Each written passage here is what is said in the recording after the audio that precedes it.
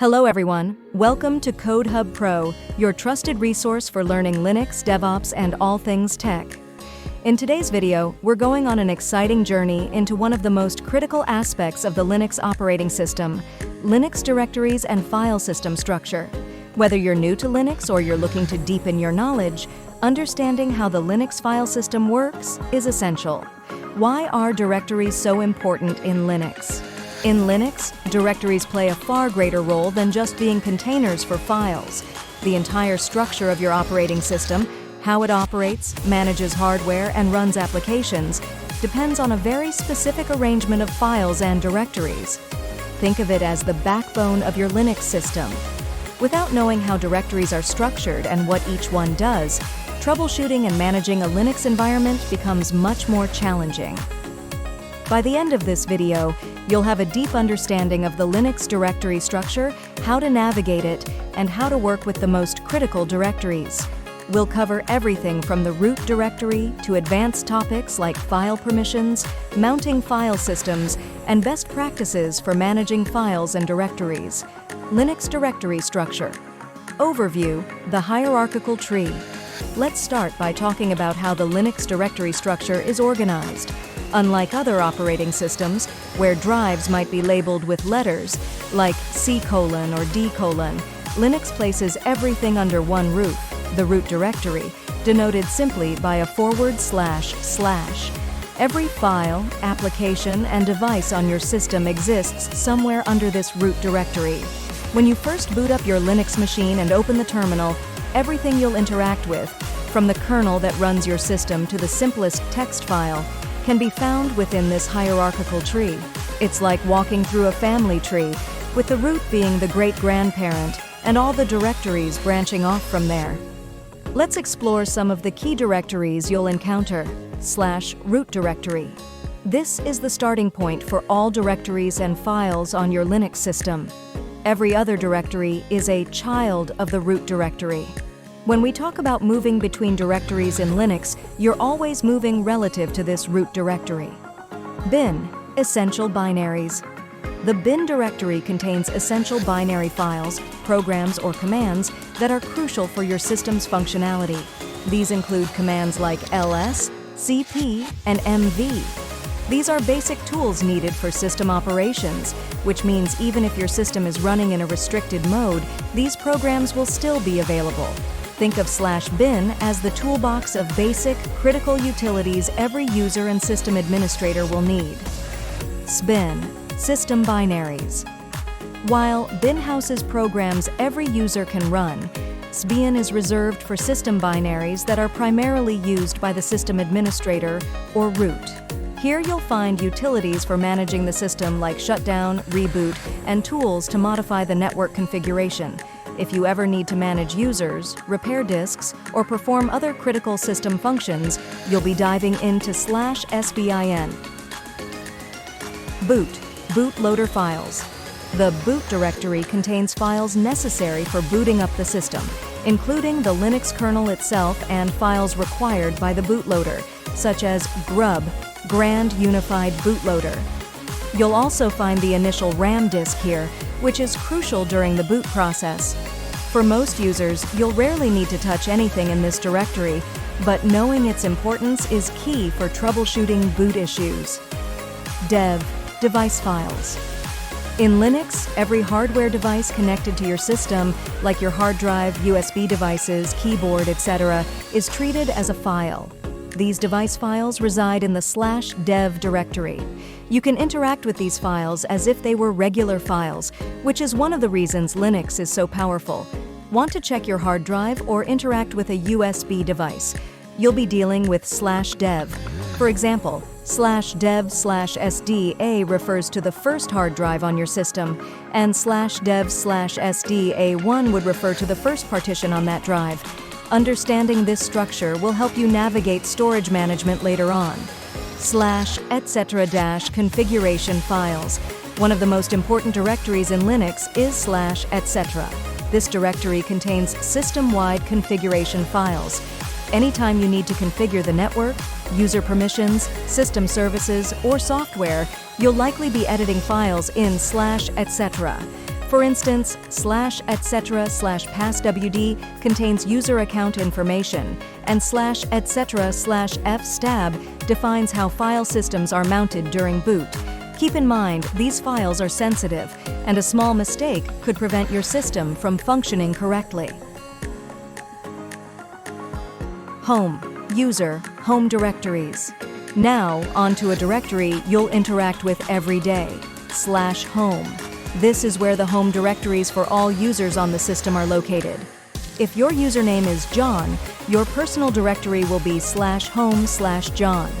All of your documents, downloads, and personal settings will be saved here. In multi-user systems, each user has their own isolated space within /home. When you open a terminal, you'll start in your home directory. It's a safe space where you can create files and directories without affecting other parts of the system. As you gain experience, you'll learn about managing multiple user accounts. But for now, just remember that /home is your personal workspace. /lib, System Libraries. The /lib directory holds shared libraries needed by binaries located in /bin and /sbin. Think of libraries like plugins that these binaries need to function properly. For example, /lib is home to essential kernel modules and system drivers that enable hardware to work with Linux. Without /lib, most of your system utilities wouldn't function because they wouldn't have the necessary code they rely on. var, Variable Data Files. The var directory holds files that are expected to grow in size, such as logs, temporary files, and spool directories for tasks like email queuing. Every time you install software or change settings, Linux keeps track of the logs in /varlog. This is a directory you'll find yourself visiting frequently when troubleshooting or checking the status of system services. /tmp-temporary files. As the name suggests, /tmp is a place for temporary files. Applications use it to store data temporarily while they're running. If the system is restarted, files in /tmp may be deleted, so don't rely on it for anything important. However, if you're working on quick scripts or need a scratchpad for temporary data, this is a good place to use. /user, User Programs. The /user directory holds user-installed software and applications. Inside /user/, you'll find similar subdirectories like /user/bin/user binaries, /user/lib/libraries, and /user/local/software installed by the user. Most of the additional programs you install on your system will reside in /user/. Think of this directory as a secondary system directory for user-level programs that don't need to be in the critical /bin or /sbin folders. Media and mnt, mount points. These directories are used for mounting file systems and external drives. The /media directory is where external media like USB drives or CDs get mounted automatically when you plug them in. Meanwhile, /mnt is used for temporarily mounting file systems. If you're mounting a remote file system or another hard drive partition manually, this is where it goes. Navigating the Linux directory tree. Hands-on. Now that we understand the structure, let's talk about how to navigate the directory tree using basic Linux commands. These are essential for anyone working with Linux, whether you're a beginner or an experienced sysadmin. 1.pwd, print working directory. The pwd command simply tells you which directory you're currently in. This is especially helpful when you're deep in a directory tree and need to know where you are. 2.ls, list directory contents. The ls command lists the contents of a directory. By default, it will list the files and directories in your current location. You can use various options like ls-l for a detailed listing, or ls-a to show hidden files. 3.cd, change directory. The cd command lets you navigate through the directory structure. For example, to go from your home directory to /etc, you would use cd/etc/. You can also use shortcuts like cd ... to move up one directory level, or cd tilde to return to your home directory. 4.mkdir, create directories. Need to create a new directory? Use the mkdir command, mkdir new project. rm, remove files and directories. The rm command removes files, and if you want to delete directories, use the R option to remove them recursively. 6. cp and mv copy and move files. The cp command copies files or directories, while mv moves them. Both commands are essential when managing files in Linux. Advanced topics: file permissions and ownership. Once you're comfortable with navigating directories and working with files, the next step is understanding file permissions. Every file and directory in Linux has an associated set of permissions that control who can read, write, or execute it. You'll often see something like this when listing files. The first part, -r_r-r-r- represents the file's permissions. You can modify these using the commod command, but we'll cover that in detail in another video. In today's deep dive, we've explored the key directories in the Linux file system, how they work, and how to navigate through them.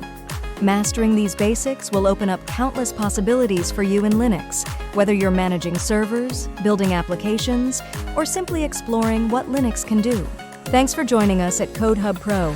Feel free to leave a comment with any questions and let us know what topics you'd like to learn about next. Stay tuned for more exciting content. And until next time, happy coding!